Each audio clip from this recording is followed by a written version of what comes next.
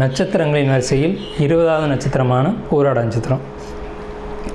பூராட நட்சத்திரக்காரங்க உடல் சார்ந்த விஷயங்களில் ரொம்ப ரொம்ப ரொம்ப ரொம்ப எச்சரிக்கையாக இருக்கணும். என்ன எச்சரிக்கை? உடம்புக்குள்ளே பிரச்சனை வரும், ஸ்கேன் பண்ணுவீங்க, எக்ஸ்ரே எடுப்பீங்க, ஆனால் என்ன பிரச்சனை டயக்னோஸ் பண்ண முடியாது. என்ன சார் ஆச்சரியமாக இருக்குது அப்படின்னா, அது அப்படித்தான். இப்போது ஒரு நெஞ்சு வலிக்குது அப்படின்னா ஹாஸ்பிட்டல் போவீங்க, எம்ஆர்ஐ எடுப்பாங்க, இசிஜி எடுப்பாங்க, எக்கோ எடுப்பாங்க.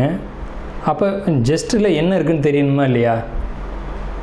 இசிஜி எடுத்தாச்சு, எக்கோ எடுத்தாச்சு.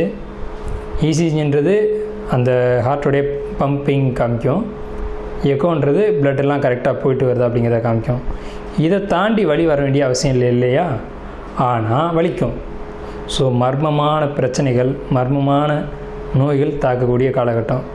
குறிப்பிட்டு சொல்லணும்னா பூராட நட்சத்திரக்காரங்களுக்கு இப்போ பயங்கரமாக வெயிட்டு போடும். இந்த குருப்பெயர்ச்சிக்கு பின்னாடி அடுத்த குருப்பெயர்ச்சிக்குள்ளே வெயிட் பயங்கரமாக எகிறோம்.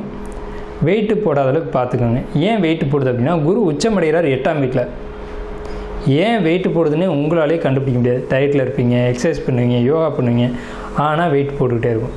ஸோ என்ன தான் தீர்வு அப்படின்னு கேட்டிங்கன்னா, சரியான நேரத்துக்கு சரியான உணவுகளை எடுத்துக்கிட்டு, சரியான தூக்கம், சரியான விழிப்பு, சரியான வாழ்க்கை முறை, நடைமுறை இதெல்லாம் பண்ணிங்க அப்படின்னா கண்டிப்பாக அந்த பிரச்சனையிலேருந்து வெளியில் வரலாம். ஆனாலும் உடல் ஆரோக்கியத்தில் ரொம்ப எச்சரிக்கையாக இருக்கணும். எந்த நிமிஷத்துலையும் எந்த விஷயத்துக்காகவும் நீங்கள் கவனமாக இருக்கணும். அதே மாதிரி பழைய சொத்துக்களை, பழைய வாகனங்களை நீங்கள் வாங்கக்கூடிய யோகம் உண்டு. உங்கள் குடும்பத்தில் சுபகாரியங்கள் நடக்கும். ஆடை ஆபரணங்கள் போன்ற விஷயங்கள் வாங்கி சேர்ப்பீங்க. தங்க நகைகள், வைர நகைகள், மிக அரிதான நகைகள், கிடைக்காத பொருட்கள் இதெல்லாம் வாங்கி வீட்டில் சேர்ப்பீங்க. சொல்லப்போனால் இந்த பழைய நாணயங்கள்னு சொல்லக்கூடிய விஷயங்கள்லாம் இருக்குது பார்த்தீங்களா? அரிதான பொருட்கள்னு சொல்கிறாங்க பார்த்தீங்களா? அதெல்லாம் வாங்கி வீட்டில் சேர்ப்பீங்க. வீடை ஆல்ட்ரு பண்ணுவீங்க, இடித்து கட்டுவீங்க. அதே மாதிரி புது வீடு கட்டணும் அப்படின்ற எண்ணம் உங்களுக்கு வராது. வீட்டை வாங்கி இடித்து தான் கட்டணும் அப்படின்ற எண்ணம் வரும்.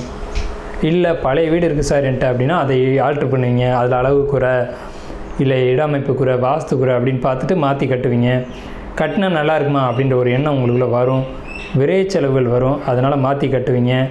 கட்டினதுக்கு பிறகு உங்கள் லைஃப் நல்லாயிருக்கும். இந்த குரு பெயர்ச்சி காலகட்டத்திலேயே வீடு சம்பந்தமான பணிகளை நீங்கள் செய்யும்போது, குடும்பத்தில் விரை செலவுகளை நீங்கள் செய்யும்போது எல்லா பிரச்சனைகளும் முடிவுக்கு வரும்.